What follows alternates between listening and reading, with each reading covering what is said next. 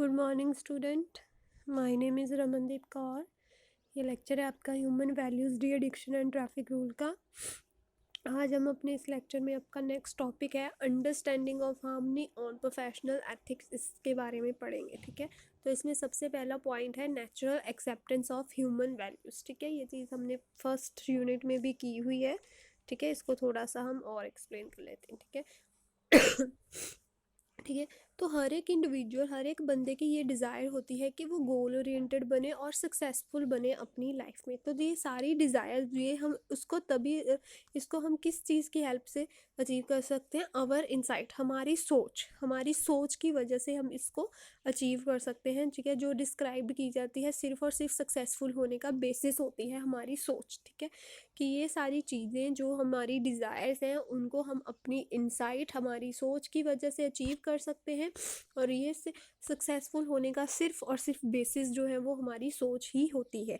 अगर हमारी सोच अच्छी है तो हम सक्सेसफुल ज़रूर होंगे, अगर हमारी सोच ही गलत होती है तो हम सक्सेसफुल कभी नहीं हो पाएंगे। ठीक है, तो इन सारी फंडामेंटल गोल और वैल्यू को आइडेंटिफाई करना जो है वो is the true identification of such relations. ठीक है, अगर हम इन सारे गोल्स, फंडामेंटल जो मेन गोल और वैल्यू को आइडेंटिफाई करेंगे, पहचान लेंगे, तो हमें एक ट्रू रिलेशन की आइडेंटिफिकेशन हो जाएगी। इस फिनोमेनन को हम स्टडी ऑफ एग्जिस्टेंस बोल देते हैं।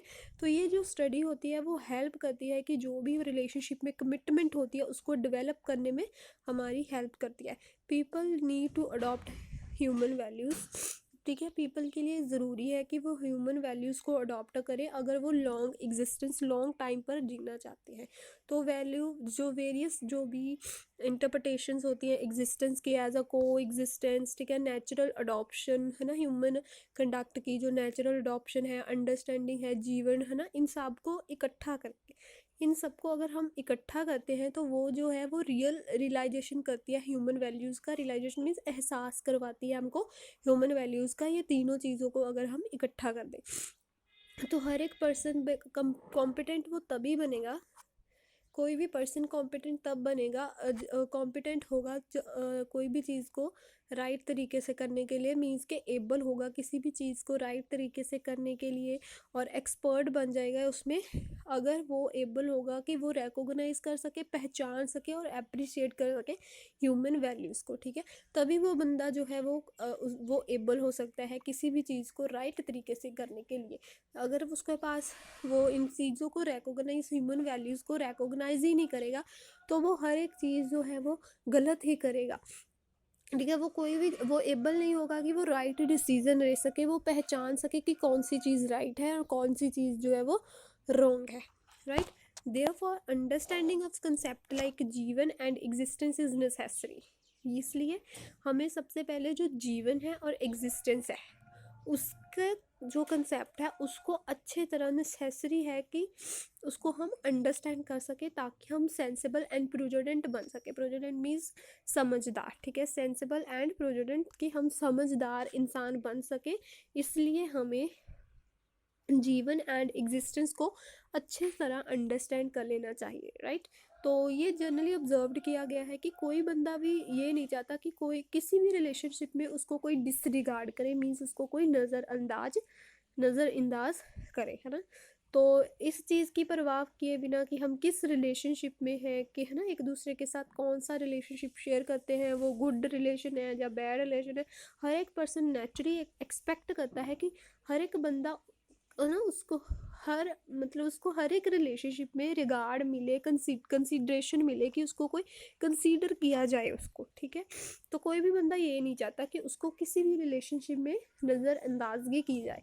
ठीक है, फॉर एग्जांपल अगर क्या कह रहे हैं कि if X has not given respect to Y, कि एक्स जो है वो वाई को रिस्पेक्ट नहीं करा, then this take Y to feel resentment against X. तो ये चीज़ जो होती है, जो ये वाई फील करता है एक्स के लिए नाराज़गी, अब कि वाई को एक्स के लिए नाराज़गी होती है कि उसने उसके साथ ऐसा किया, और वो पक्का उसके अगेंस्ट, एक्स के अगेंस्ट वाई कोई ना कोई एक्शन लेगा, क्योंकि एक्स ने जो डिसरिस्पेक्ट की है वो वाई है वो उस चीज़ को एक्सपेक्ट नहीं करता उस चीज़ को वो सह नहीं सकता, बियरेबल नहीं है वाई को लिए उसको ये चीज़ जो है एक्स ने जो की है उसको वाई को ये चीज़ जो है वो इंसल्ट लग रही है कि उसने मेरी इंसल्ट की है, ठीक है। तो वो उस बंदे के खिलाफ, एक्स के खिलाफ जो है वो एक्शन ज़रूर लेगा, क्योंकि उसे लगता है कि इसने इस रिलेशनशिप में मेरी जो है वो डिसरिस्पेक्ट की है, ठीक है। तो नेचुरल एक यहाँ पर एक और पॉइंट है कि जो नेचुरल एक्सेप्टेंस है वो कांस्टेंट होती है, टाइम के साथ, एज के साथ, है ना। ये चीज़ जो है वो चेंज नहीं होती, ठीक है। कि जो भी परसेप्शन है पीपल की रिस्पेक्ट के लिए, फेथ के लिए, सिंपथी के लिए, ये कॉन्टीन्यूसली रहती है, ठीक है। उसमें रहती है, चाहे उसके एज फैक्टर कोई भी हो, है ना, चाहे वो छोटा हो बड़ा हो, जैसे भी हो, छोटा ग्रो हो रहा है हौली हौली, बट उसकी जो उसकी परसेप्शन है कि रिस्पेक्ट मैंने करनी है, तो वो छोटा होकर भी करेगा और जब वो बड़ा हो जाएगा तब भी वो जो है बंदा रिस्पेक्ट करेगा, ठीक है। तो ये था हमारा अंडरस्टैंडिंग ऑफ हार्मनी और प्रोफेशनल एथिक्स। इसका फर्स्ट पॉइंट था हमारा natural acceptance of human values. Next lecture में हम इसका नेक्स्ट पॉइंट करेंगे, ठीक है। तो अगर आपको इसमें कोई प्रॉब्लम होगी तो आपने मेरे से पूछ लेना है। Thank you class.